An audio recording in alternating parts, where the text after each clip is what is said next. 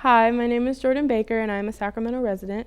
This city is where I lived all my life. This is where my parents were born, where they met, where they grew up, and they had my sister and I. When I was younger, my favorite part of the city was the park across the street from my house, as well as Funderland and the zoo. And now I'm 17, and as much as I like the zoo, it's not at the top of my list. What I've come to appreciate the most about the city is the diversity I see in our city and all of the cultures I've experienced while growing up. Not every city has kids that look like me or my sister. It's not in every city in California where you can run errands and hear 3 different languages at the grocery store. It's not in every city where there's families from all over, like El Salvador or Iran. It's not in every city where there's first-generation Americans and newly immigrant families. I've experienced so much growing up here. I've learned so much about other cultures and walks of life and family. When I was in 1st grade, I had a best friend named Fatima, and we would always eat lunch together, and she was Arabic, and so she brought food that I've never seen before, and I was always so interested in it, and she'd always let me try some, and I'm really grateful that she did.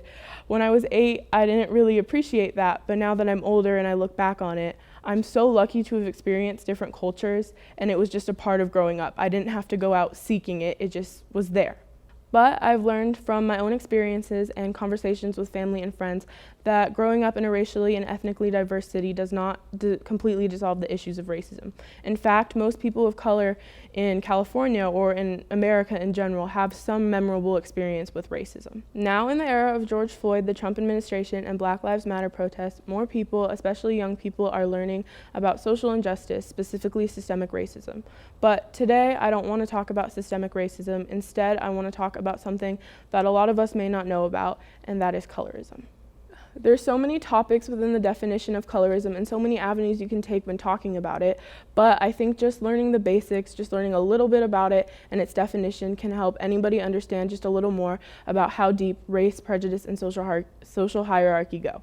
Colorism was coined by Alice Walker in the 1960s, and since that is still fairly recent, many might not know the true definition of colorism or that experiences they've had resemble colorism. So, the definition of colorism, according to Merriam-Webster, is prejudice or discrimination, especially within an ethnic or racial group favoring those with lighter skin over those with darker skin. So for some background, I wanted to share a couple pictures with my family. So on the right, we have a picture of my dad on the left and my uncle on the right when they were younger, like in high school. And on the left, we have a picture of my family about 8 or 9 years ago with my dad and my mom and my little sister. So I'm biracial. My dad is Black and my mom is Mexican and white. And growing up biracial, it comes with different feelings and its own kind of internal struggles with identity and stuff like that. But when I was younger, I didn't really think about that. I kind of more thought that I wanted darker skin like my dad's side of the family. So as you can see, my dad does have way darker skin than me, and my sister does have a little darker skin than me. But whenever I'd go visit his family in Los Angeles and I'd hang out with them, I'd kind of feel a little left out because everyone kind of didn't really look like me. And I was a little sad about that. I would get teased a little bit. And that was kind of always just my feeling until I got older, especially when I got to high school and I started getting more involved in social justice issues and learning about things like racism and colorism. And what I learned was that younger kids, especially at the time when I was thinking these things, I was wanting lighter skin. But a lot of kids that look like my sister or kids with way darker skin, might have wanted my skin tone. And I never really thought of that until I was older. If you know anything about American history, you might recognize the term mulatto, which was used during the colonization of the Americas to describe a person with African or slave ancestry and white European ancestry. So these people had lighter skin than slaves, but darker skin than white Europeans. And because of that, they were kind of in the middle of the social hierarchy. They weren't treated as inhumanely as slaves, but they still did not get the same respect that white Europeans got. White passing was considered good because the root of colorism and racism is that lighter skin equals good and darker skin equals bad. So these people had a lot more opportunity when it came to owning land, even owning slaves at some points, and getting access to education. And so I like to think about this when I think about colorism because my lighter skin gives me more access to opportunities and advantages over people that don't have as light of skin as me, so those who have darker skin than me.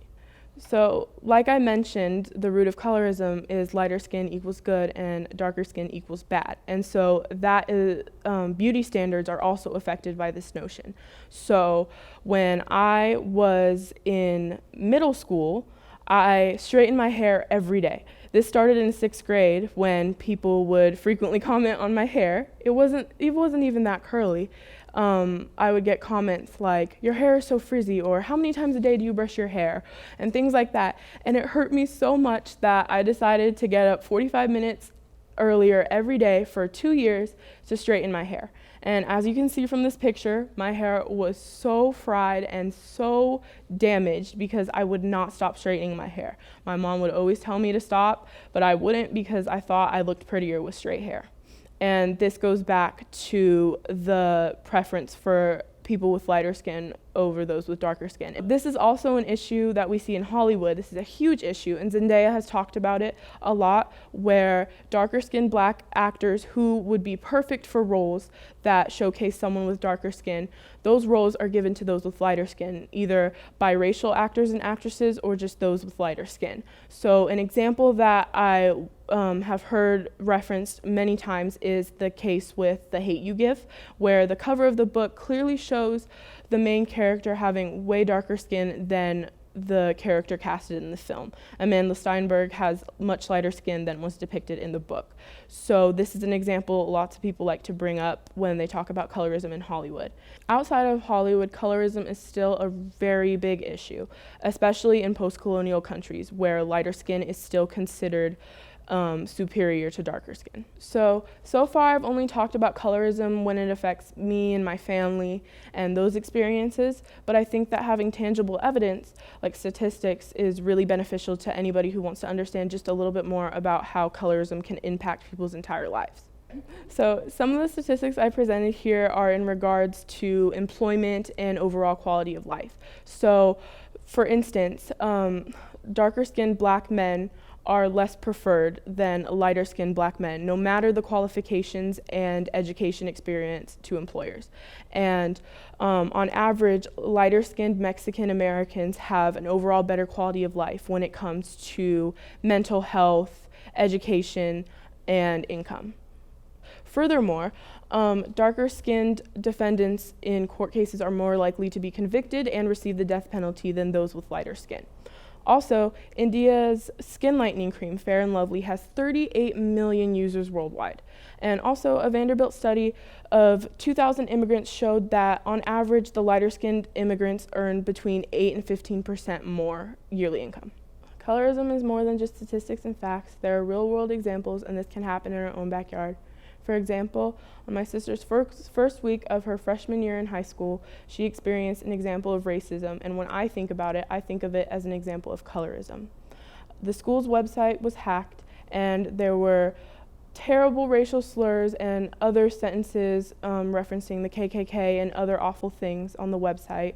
And when she explained it to me, I kind of thought of the privilege I have. I don't go to that school, but if I did, I would feel so uncomfortable.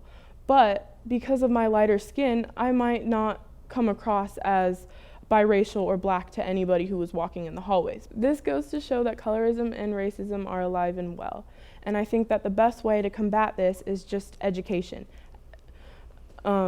So these are some Instagram accounts that I found. I'm not affiliated with these Instagram accounts. I just found them while I was doing a little bit more research. And I think that even just following an Instagram account, which is super simple, can help anybody understand a little more and be able to do their own research. It's super duper helpful. So the first Instagram account I wanted to mention was Colorism Healing. I found this doing a little more research on colorism and seeing people's opinions. And she posts her quotes, she posts information about other people that she works with, and she frequently goes on live in her Instagram stories and talks about her opinions on colorism. The second Instagram account I wanted to mention was Black and Embodied. I really like this account. I think that it's just important to lift Black voices up, especially at a time like this. And she always provides her insight and talks about just everything going on right now in the world, and she always reposts things that are super beneficial in learning about colorism and racism and social injustice. These are just resources that I found helpful, but if you don't have Instagram or want to do a little more online research, nccj.org's page on colorism is super helpful. It's where I got these statistics. But the main point I want to emphasize is that education and advocating for Black youth and Black adults and educating yourself on colorism and racism is super duper important, and all you have to do is be an advocate. Thank you.